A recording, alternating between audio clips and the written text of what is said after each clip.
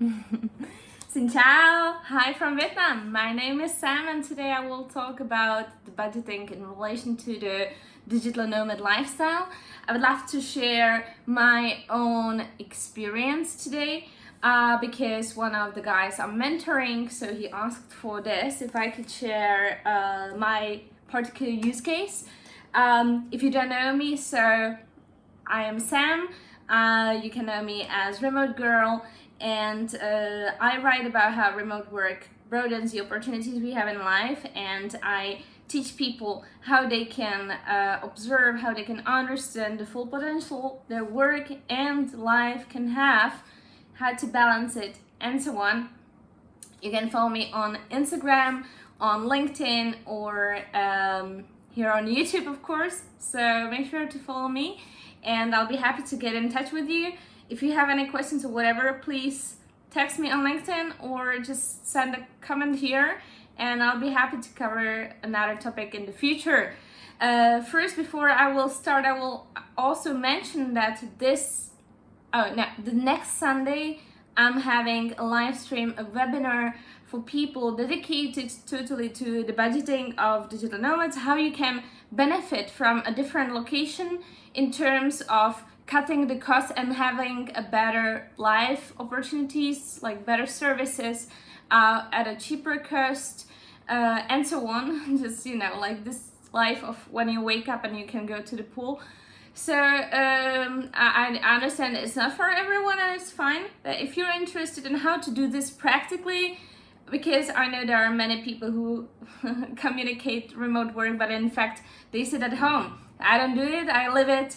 So I will tell you all the things you have to know, how you can cut your cost, how you can manage it, how you can start thinking about it differently. I would say that my presentation won't be, like just particular, let's say, locations that might change in the future. It's rather the approach you can take to make more budget your trips in the future, so that you could manage your trips yourself and benefit from it. And especially if you have a remote work, so you can make the most of it, you can really have a better life and help the cost. You can also read an article I wrote a year ago here in Saigon exactly. I will link it in the description. And let's go. So one of the guys I'm mentoring, you can also get a mentorship from me. So he asked me how I manage my budgeting, since I have some kind of corporation, I do some extra stuff, but at the same time I travel, that's costly, flight tickets, stuff. I go to restaurants, I don't cook at home right now at all. And I outsource most of the things I do for myself. So I have here my laundry that cost me $1.50 and so on. So how to do this so that it wouldn't ruin your wallet. But how exactly to do this, I will talk about this for 150 minutes next Sunday. But today I will only address my particular use case. So let me give you a little background on what I'm doing and how I'm thinking about it. So I work mainly for one company that is based in Europe, and it's an IT company that is outsourcing us on various projects, me and my colleagues, I mean. So we are outsourced depending on the capacity needed and so on. So sometimes it happens that we work on various projects. If you would love to take this, let's say, to marketing, so it could be something like a marketing agency, but for IT. So it's not really an agency, you got a point. So we're cooperating together. We have some internal structure, and then we have some particular documentation on the project of the client, and we're cooperating with the team of the client. This is usually done when, for example, the client doesn't want to pay a full-time, they don't want to hire a full-time person, but they just want someone who will be working on some, let's say, implementation of something new, some new tool, and so on, and they need like specialized people just for this, and then they won't need them. They need them also maybe to teach their local stuff, and then you just don't have to take care of those people anymore because the project is over. So this is what we do. We are having this like project-based cooperation, but working this way or cooperating this way with some particular company as I do, it has the benefit so that I do not have to search for these clients myself, and also, let's say my company is the responsible person for me or for the client. They're taking over the accountability, and they are taking over the HR process and all these things.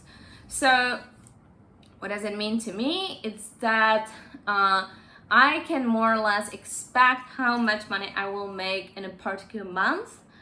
This can change, of course, like some projects are ending and then another are beginning, but I do not really have a regular salary, but I work on paid per hour, and or per the project, like the project hours capacity, let's say. So this is I'm still a human being and I have messages on WhatsApp. And so this is how I'm paid regularly, let's say. So I am myself a freelancer and I'm issuing the invoices to the company. Getting to this, because I work in IT, so there are certain beneficial programs, and what I do as well is that I was more than willing to relocate to another country. So I live in Georgia, and over there I benefit from the 1% taxation. And that means that I literally just pay 1% tax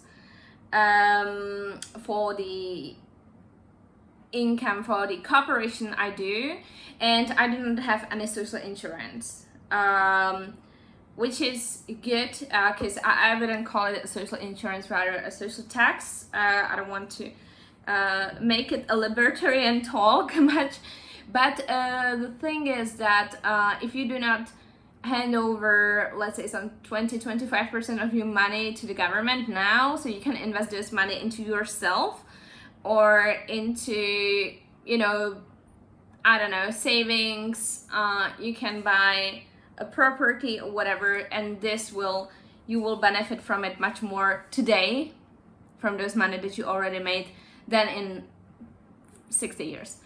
So my expense from this is a tax. It's the health insurance. I pay a global insurance for $30 a month, and that's kind of it. But I do not cooperate only with this company. I also do open remotely the bank accounts in Georgia, because Georgia has a very good banking system. They're crypto friendly, and this attracts many people who would love to diversify their bank accounts. Why is it good to diversify the bank accounts? It's because especially when you travel and you only have one bank account, so you can get trapped, like you'll be abroad and then one of the accounts get blocked, whatever, they find it too weird that you travel too quickly or whatever else. And also the thing is, of course, the fees, so that you can lower your fees if you have some tourist-friendly banking. But yeah, it's more likely for the security, kind of like to ensure that you will have access to your money, because it happened to me in the past when I was literally I was locked. I had to stay in the country because one of my cards just got blocked, or they were saying that I exceeded some transactions and so on. I didn't even know the limit is over there. It was a European bank, but it was not working. And also another thing is, like, Bank of Georgia, for example, the bank where I'm opening the bank accounts remotely from, so they have an online support, of course, you know. But I know that when I had a European bank, so like in the EU, I mean, so they told me that it's just impossible, and I have to come to the branch, or I have to be in the country. And I was like, no, I need to get to the country. So they can really make you a headache, and that's why I really recommend, especially if you travel a lot, to have multiple bank accounts. Especially, what is good is to have them in multiple countries, so that, yeah, it's just you know, like a plan B or whatever. It's like a sort of investment in the future, so that you put the effort in, but in the long run it's just better, so that you do not have your money at one place. Of course, my friends who are more interested and more focused on finance, so they would tell you, just do not leave your money in the banks at all. Yeah, so but I'm not here for this purpose, so I just talk about it from the freedom perspective. I'm not an investor, I'm not, I'm not really into this topic, and I'm not a person who is feeling that should talk about this. So I want to talk about only this individual freedom perspective, which is like, it gives you more opportunities and it resolves the potential troubles you could get into. So this is totally worth it to have multiple bank accounts in multiple countries. It happened to me several times. Even I have some countries, some cards, some banks that should be without problems, but you can really get to a country and find out that they are not friendly with your MasterCard, and it can get really, really annoying. So having multiple providers is a must. Okay, let's get back to my corporations. So this is how I make money. So currently at the moment, so I have this corporation in IT. I have more an analytic profession, so I do not code. At work, somehow I feel like it's not really my thing, but there are many, many, many other positions in which in IT without coding. So if you're into, let's try it out, you don't need to know coding. There are many, many other positions. I do open these bank accounts in cooperation with Liberation Travel. So it's a company of my friend who helps people to get a residency in Paraguay, so that they could ensure like a plan B, so that they can leave in case some governmental persons. Then I also started, because I really wanted to do this, it took me 1 year to start because of the regulations, and so I wanted to dedicate myself to more like education stuff, because I understand that many people are following me because of my approach to growth, or just to the driven mindset and so on. So I'm very self-driven, and I wanted to make like an academy a year ago for more like the efficiency and stuff, but then because of the Ukrainian war, I left, and I was like, okay, no one cares about efficiency. But I understood at that point, thanks to me leaving, I left to Dubai, then to Asia, and I traveled for 3 months. Then I came back to Georgia, where I live, and I realized that I actually created myself a very, very free, opportunistic lifestyle in a way, so that like I broadened my freedom. I broadened the opportunities I have in life, and it was intentional. It was not like a chance or something. So this is very good. And I observed this, and I found out that it's something that is trackable, and that it's again, it's like an approach. It's not like, okay, it's a tool. It's rather a tool, but not in form of, just go this way, move to this country. No, it's not a solution. You rather actually need to learn the approach, learn the mindset, how to start thinking about it. My friend calls it a global opportunism, but it doesn't mean that you really have to relocate, rather how to set up the plan B and so on, and how to understand what you actually need to know. So again, like, you would never probably figure out that you need multiple bank accounts unless you travel a lot, or if you want to relocate, so then you would be locked abroad. And I was also observing many people who fled their countries in the past years, in the past 1 year, which has been hundreds of thousands of people. And I was observing what problems they were facing, and it was exactly, how to relocate, how to integrate in the culture, how to open the bank account abroad, can you do this, how to get a residency, how about visa, and all these things. And I'm really, it's like a skill set. I'm not these things are constantly changing, but I understood that there's a possible way of thinking, a possible way of gathering information, which resources to check, and so on. And having all this, you already are capable of just creating your home anywhere. Yeah. And so I called this, in particular, it's, to me, it's a project I call the freest. And it's a broadening of the opportunities we have in life through accepting full responsibility.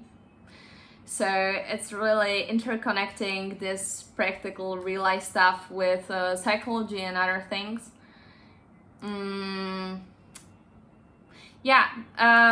There are many other things related to this. So let me get back to the budgeting. I want to have my own The Freest Academy run in April this year for 1 whole month, to teach people how they can broaden the opportunities they have in life. No bullshitting, just really to have this, plan B set up. And related to this anyway, was this, I really wanted to get to the education, because I find it something that I really enjoy. I understood that, damn, I like public speaking, I love talking to people, I love communication, presentations, and so on. And at the same time, I know that I already have something to say. So I started finally this year, after 1 year of thinking about what should I cover, what could I cover. So I started having this webinar, so a week ago about. So I had my first webinar, which was dedicated to the opportunities, or the full potential of remote work. It was interesting. It took me, with questions and answers, I talked for some 4 hours. So it was very, very, very long. And, I'm learning. So next time I want to have it really fitting to the time. The next webinar will be like 150 minutes, which is a lot. It's like 2.5 hours. But I change formats. I'm really learning a lot besides my general learning. So I dedicate myself to how to keep people interested. I change the formats and so on, so that people would still feel engaged and wouldn't lose focus after a longer time. This video is just a video. So of course it's pretty limited. But I dedicated myself now that I would love to go this way, and I also want to write a book this year dedicated to the freest project. So this is how I want to make some extra money, but the idea is not much, like this passive income and stuff. It's more about I don't mind actually doing active income. It's okay to me. I love it. I enjoy it. I really do. And the webinars, the live streams are great because people are directly posing you questions that you have to answer. It has a lot of responsibility in it. And I enjoy it. I really like it.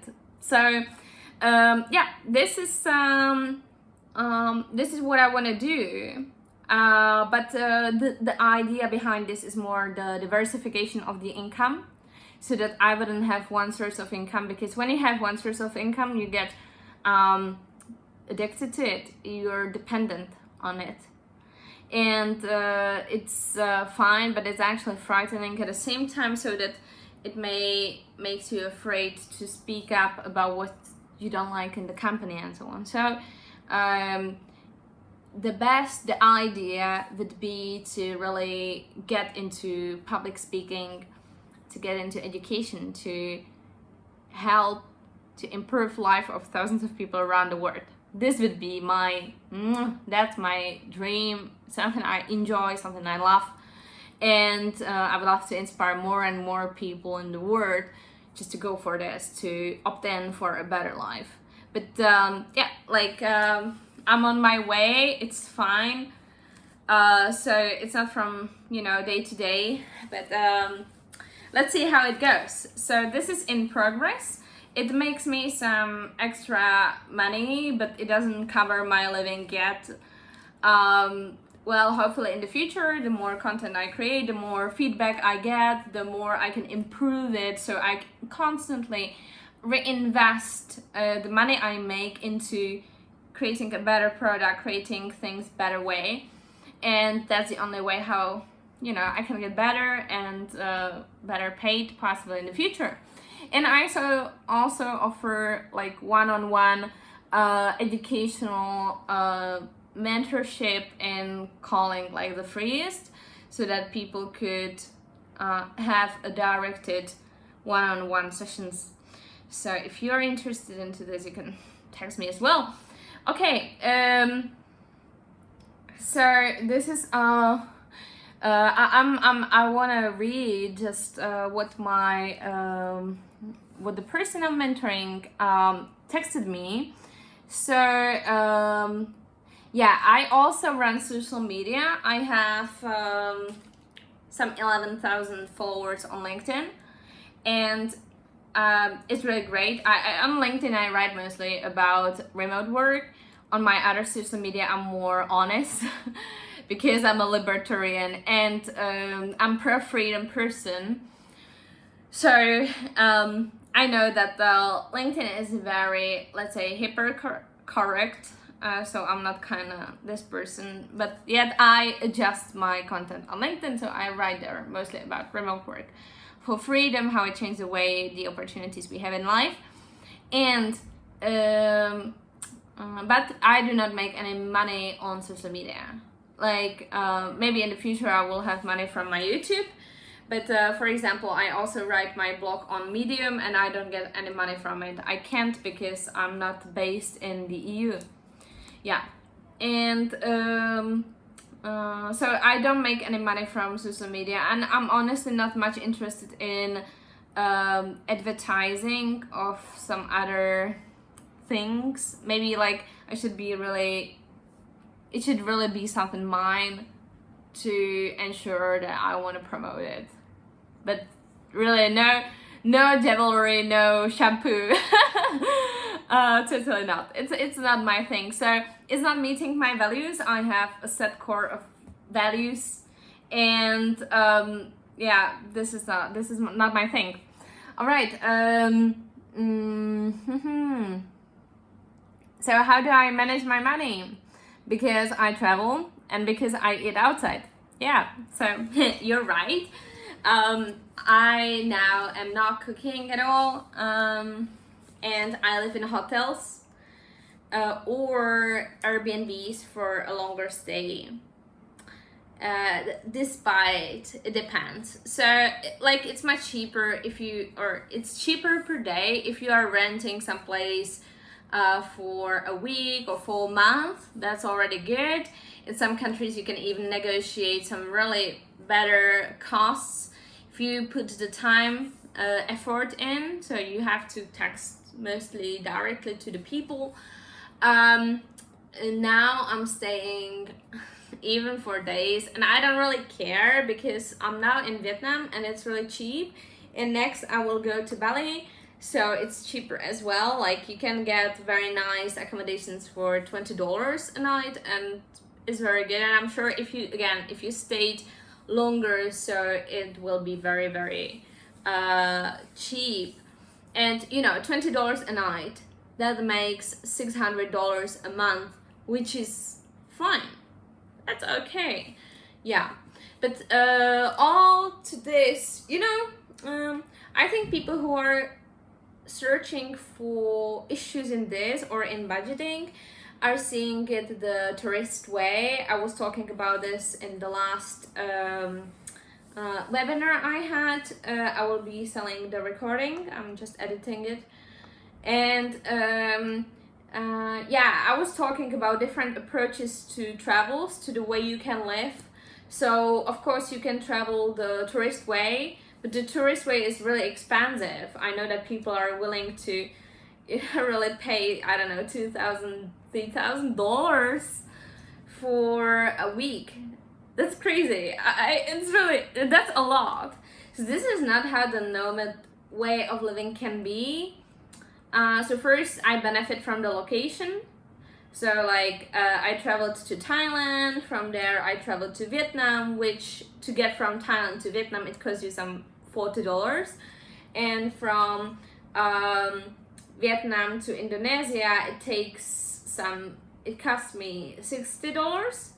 But that's nothing. But if you want to get to Indonesia from Europe, so it will cost you one way, now it will cost you some, I don't know, $800.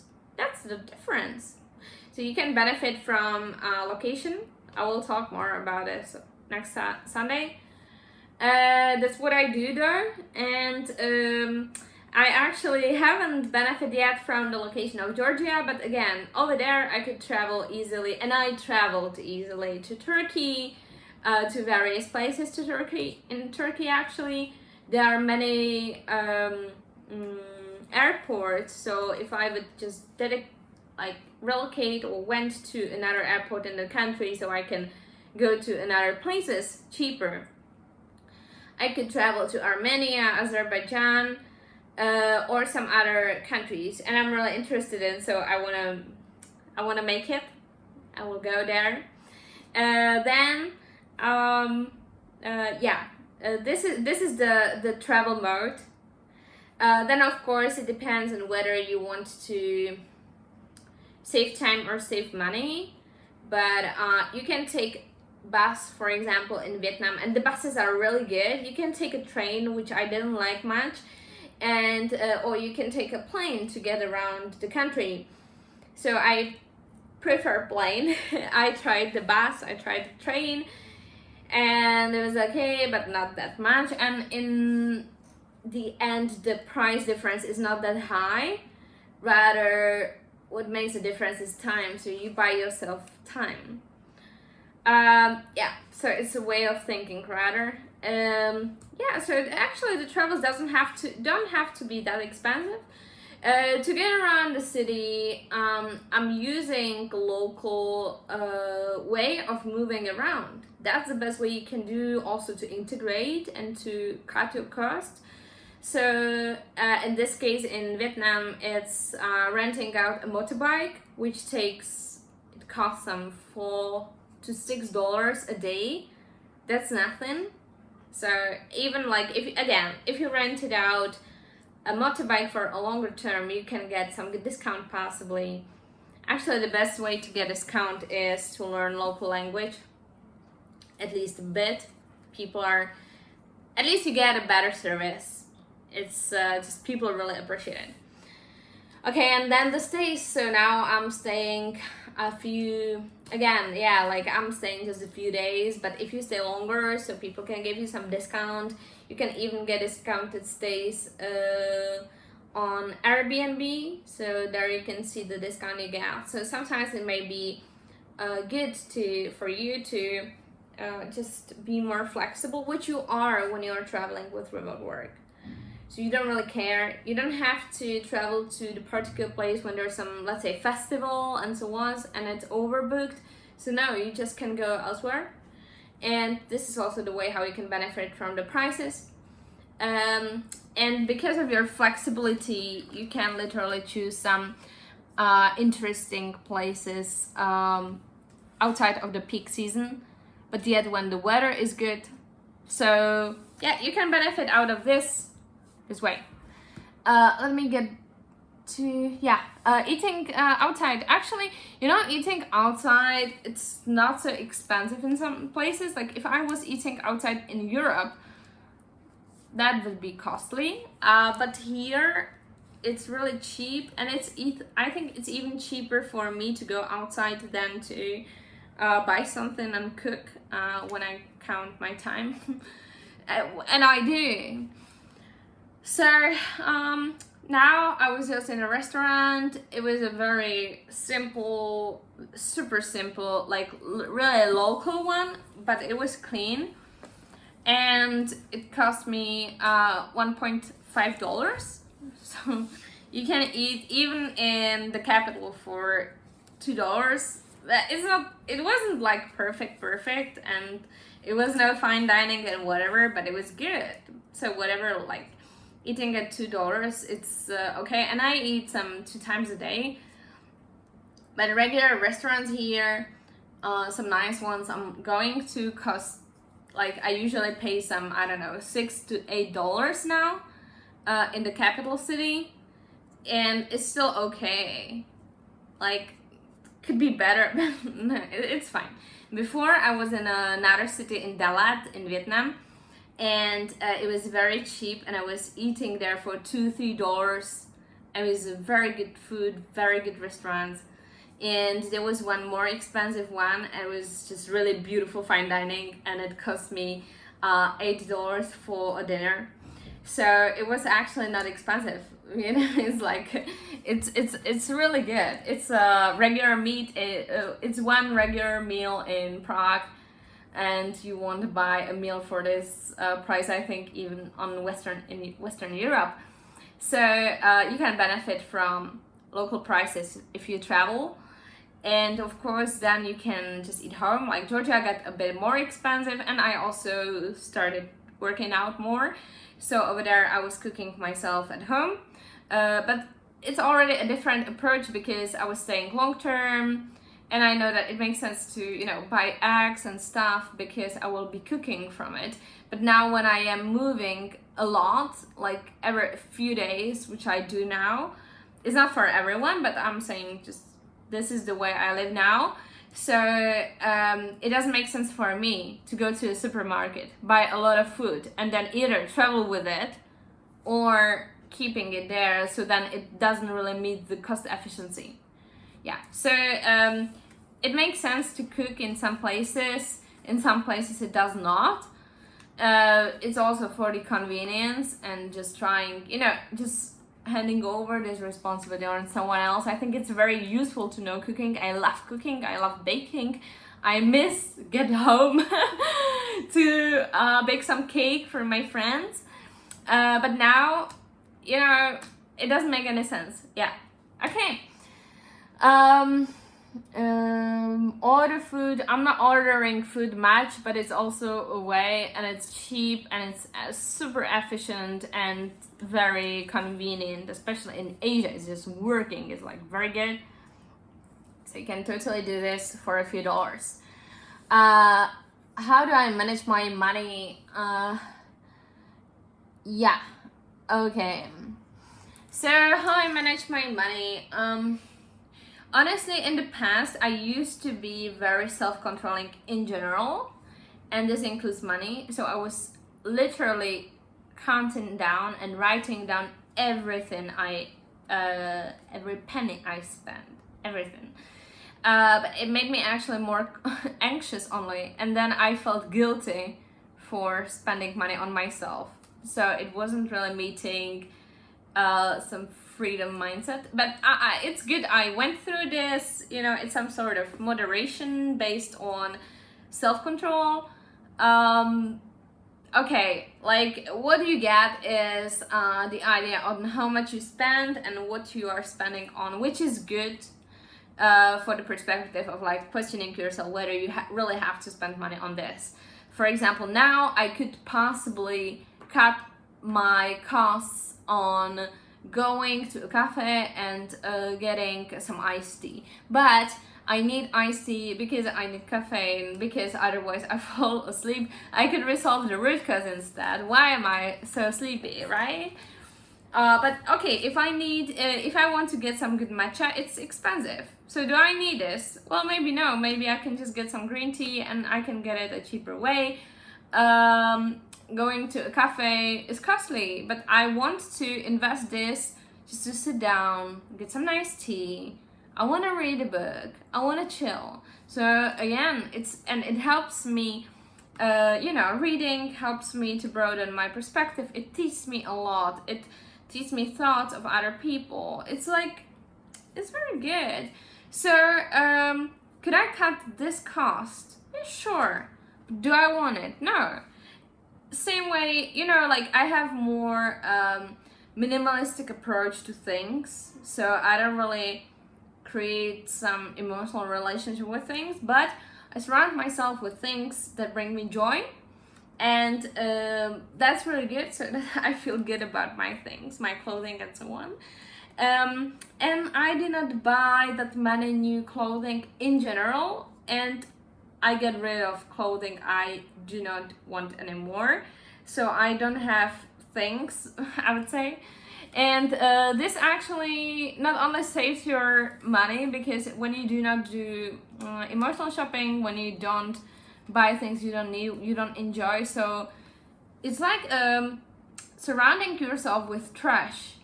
You don't like the thing, but you have it, and it makes you feel guilty because you don't wear it. Get rid of it. Yeah, maybe I could make a special seminar just for relationship with things. If you would be interested into this, please comment and I will work on it. Okay, so when you do not have things, when you do not buy regularly, some too many clothing that you actually do not wear, and in fact you don't need that many clothing and you don't need that many things. I see very often especially in poor countries, the people are surrounded with things, but they are poor, and but they literally are sitting over there in their tons of clothing, tons of things, and I'm wondering, is this really joy, kinda? What does it bring you? So we have this clutter everywhere around, and we can get rid of it, and then you actually get freedom to just have space. Yeah.